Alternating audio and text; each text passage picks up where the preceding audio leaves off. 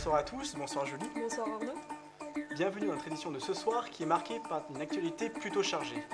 À la une, la préparation des prochains JMJ. Des JMJ qui auront lieu en juillet prochain en Pologne. Tout de suite, nous vous montrons des reportages exceptionnels pour voir ce qui se trame de part et d'autre de la Drôme.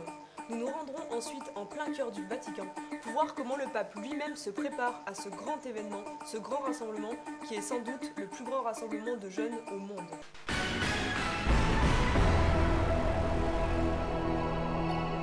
Nous nous rendons ensuite dans le sud pour voir comment ces jeunes se préparent d'une manière bien particulière. Voici notre envoyé spécial, Mathieu Bonplan. Mathieu Bonplan, bonsoir. Oui, bonsoir Julie, bonsoir Arnaud, bonsoir à tous. Oui Mathieu, où êtes-vous ? Oui, je me trouve actuellement dans le sud de la Drôme, dans un endroit encore tenu secret, où s'est lancée une vaste opération sportive inédite. Les JMJ sont un grand moment de convivialité, mais aussi un véritable parcours du combattant pour trouver à manger. C'est pourquoi ici on forme les futurs JMJistes à traverser les foules et à franchir les queues de fast-food. Je vous propose maintenant en exclusivité en images ce reportage de Bruno Lavigne et Arthur Moutier.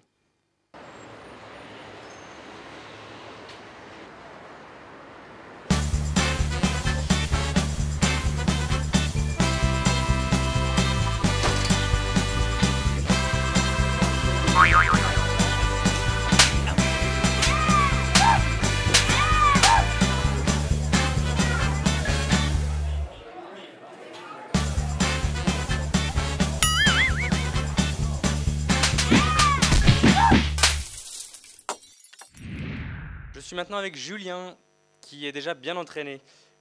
Julien, merci d'être là. En quoi ces techniques consistent très exactement ? La plupart restent confidentielles pour garder leur efficacité et leur effet de surprise. Vous savez, les méthodes comme la peau de banane, par exemple, c'est trop classique. Mais vous savez également que dans le sud de la Drôme, nous produisons beaucoup d'huile d'olive, d'excellente qualité d'ailleurs, qui s'avère bien plus glissante que le savon. Voyez plutôt.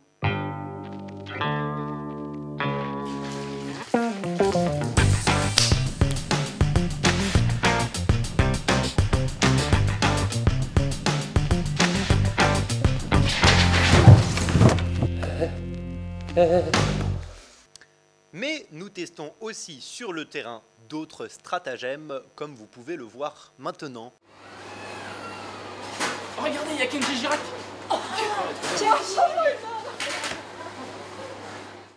Voilà, comme vous le voyez, nous n'en saurons pas beaucoup plus.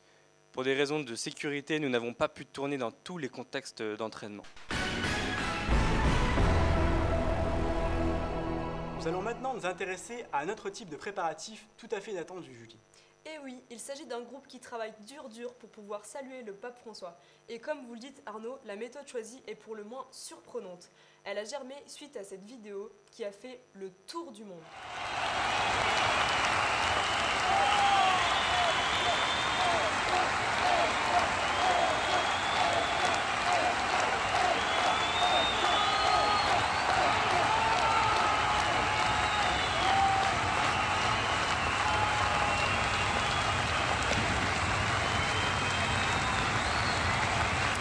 Alors nous sommes en direct avec sa conceptrice Florence Lassueur. Florence, bonsoir.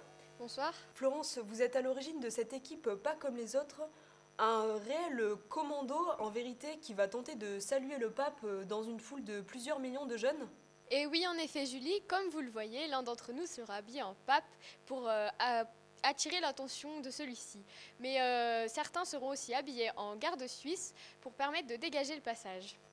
Mais croyez-vous que de simples déguisements puissent vous permettre de fendre cette foule aussi compacte que celle des JMJ ? Non, bien sûr, Julie.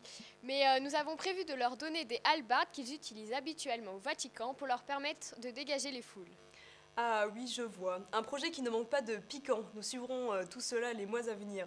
Merci Florence d'avoir accepté ce duplex, au risque que d'autres groupes JMJ vous volent cette idée. Nous allons maintenant dans le nord de la Drôme avant de nous rendre au Vatican. C'est dans le nord qu'un groupe de prêtres s'entraîne d'arrache-pied pour une éventuelle compétition de ski avec leurs confrères polonais, sous réserve de bonnes conditions météo pour l'été prochain. Il faut dire que les prêtres polonais ne skient pas tout à fait comme les autres puisqu'ils utilisent leur soutane. Contrairement aux idées reçues, celles-ci sont en vrai plus lors des compétitions. Elles offrent, de par leur ergonomie, un véritable avantage. Nous sommes maintenant en direct avec un des padrés, le Père Martin. Père Martin, bonsoir. Bonsoir. Vous vous entraînez déjà depuis plusieurs mois.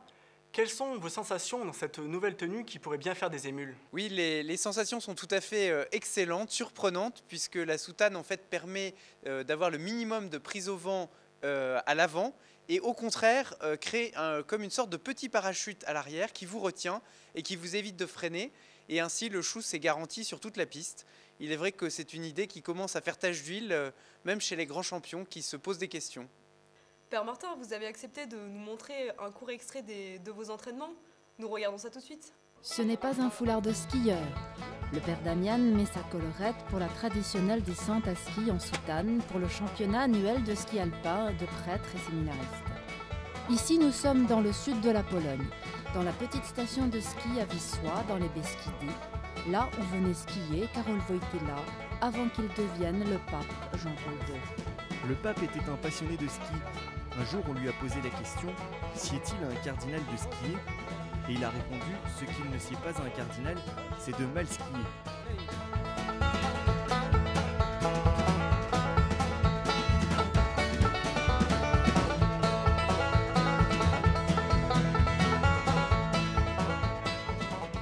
Merci Père Martin. Nous partons maintenant en direction du Vatican. Oui, de manière assez exceptionnelle, après les équipes de Paris Match qui ont pu pénétrer au cœur de la résidence du pape François, ce sont nos propres équipes qui ont pu faire ce reportage en caméra cachée et dans des conditions assez difficiles puisque nous n'avions pas d'autorisation officielle.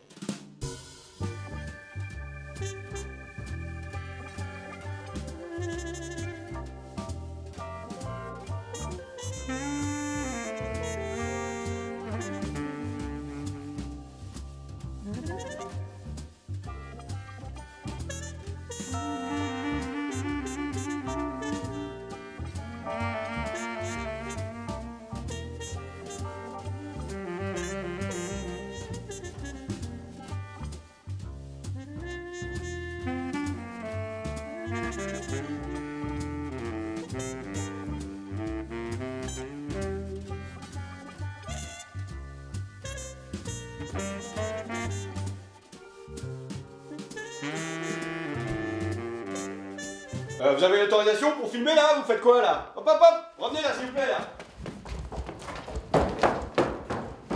Voilà, c'est ainsi que s'achève notre édition. Nous vous remercions pour votre fidélité et nous vous disons à très bientôt. Au revoir Arnaud. Au revoir Julie.